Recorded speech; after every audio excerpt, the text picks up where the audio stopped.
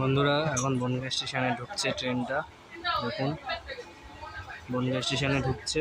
ওইদিকে 1 নম্বর প্ল্যাটফর্মে রানাঘাট লোকাল দাঁড়িয়ে আছে। এটা আবার শিয়ালদা বনগাঁ লোকাল হয়ে যাবে। এই 2 নম্বরে যেটা ঢুকছে এখন আমরা যে ট্রেনে রয়েছি এটা আবার শিয়ালদা বনগাঁ হয়ে যাবে।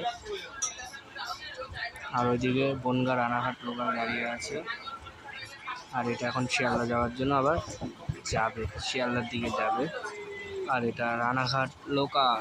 দেখুন কি সুন্দর গাছ, কত লোকজন। রানাঘাট লোকাল।